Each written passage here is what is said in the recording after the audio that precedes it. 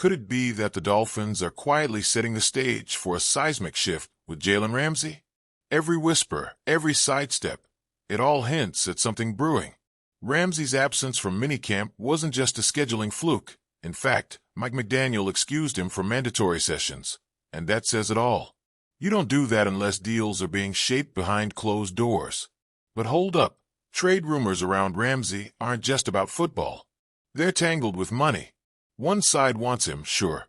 But who's picking up his tab? The deal's going to hinge on whether the Dolphins eat part of that rich contract. And Ramsey himself? Doesn't seem like he'd settle for a team that's not already chasing Lombardi-level glory. It's like a complex dance, and everyone's waiting for the final step. Now shift gears. Why doesn't the NFL just follow the NHL's lead and have players carry their own contracts regardless of being traded? You ask a solid question. The NHL keeps things straightforward. Deal is deal. But the NFL, not so much. There's proration. There's guaranteed money sprinkled around. There's cap space juggling. It's a labyrinth, and the NFL thrives in the complexity. The cap system is flexible, maybe even too flexible. Teams can shift money around in ways that the NHL doesn't allow. That's the trade-off. It's complicated, and there's no easy fix. And then, on Father's Day, someone asked, who in the organization is the father figure around here?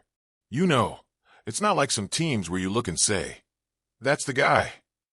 Last year, Calais Campbell and Taron Armstead felt like that, steady, dependable leaders. But they're gone now. It leaves a gap. You can sense it. On film, you can see leaders stepping up in huddles, giving direction. But in the locker room? Harder to say. It's tough to pin down. Maybe in a few months, someone will emerge, quietly leading from the trenches. For now, though, it's a question mark. Switching to linebackers, you haven't heard much chatter, and that's a good thing. Jordan Brooks, Tyrell Dodson, Willie Gay Jr., K.J. Britt, Channing Tindall, they all bring something. Brooks had a solid first year after arriving, and the jury's still out on whether he can elevate. But depth-wise, this group is deeper than last season's.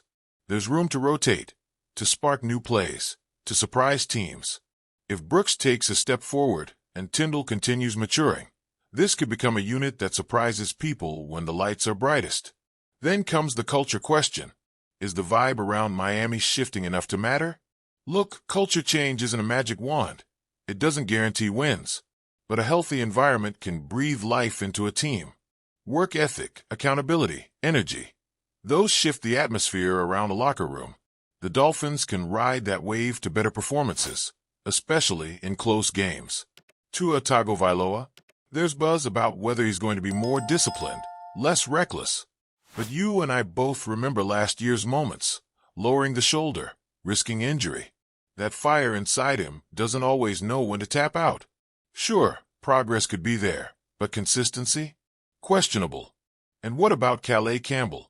He's off with the Cardinals now, soaking up press under the desert sun. Do Miami fans miss him? Of course. Calm presence, veteran wisdom, winning pedigree. Guys like that don't walk through locker room doors every day. When you watch film, you see the gap. It's not some flashy stat line. It's the way desperation shows up in chips and sacks. You can feel his absence. Looking at ticket sales, a question hangs. How does Miami sell hope when the roster hasn't fixed itself through free agents and bargain signings fill the gaps? Realistically, 6 to 11, maybe 7 to 10 feels likely.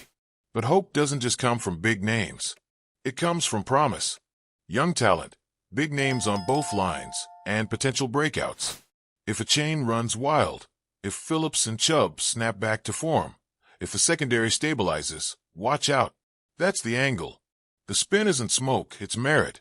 For every risk, there's a chance. Penetrate the backfield, and you see the RB depth chart. A chain, Wright, Gordon. Those names echo in every conversation. But don't count out Madison yet. Behind them, on the fringe, is that pecking order fight for playing time. Madison could be more than depth if opportunity knocks. He's got a season in camp. That third down or third down and a half chance. If he does, his name stays. On a meta level, was the analyst ever a fan? Sure, in the 70s, long before analytics polluted fandom and journalists became part-time cheerleaders. Back then, rooting for the Dolphins meant something. But now, analysis demands scrutiny, objectivity. Emotions are reserved for another time.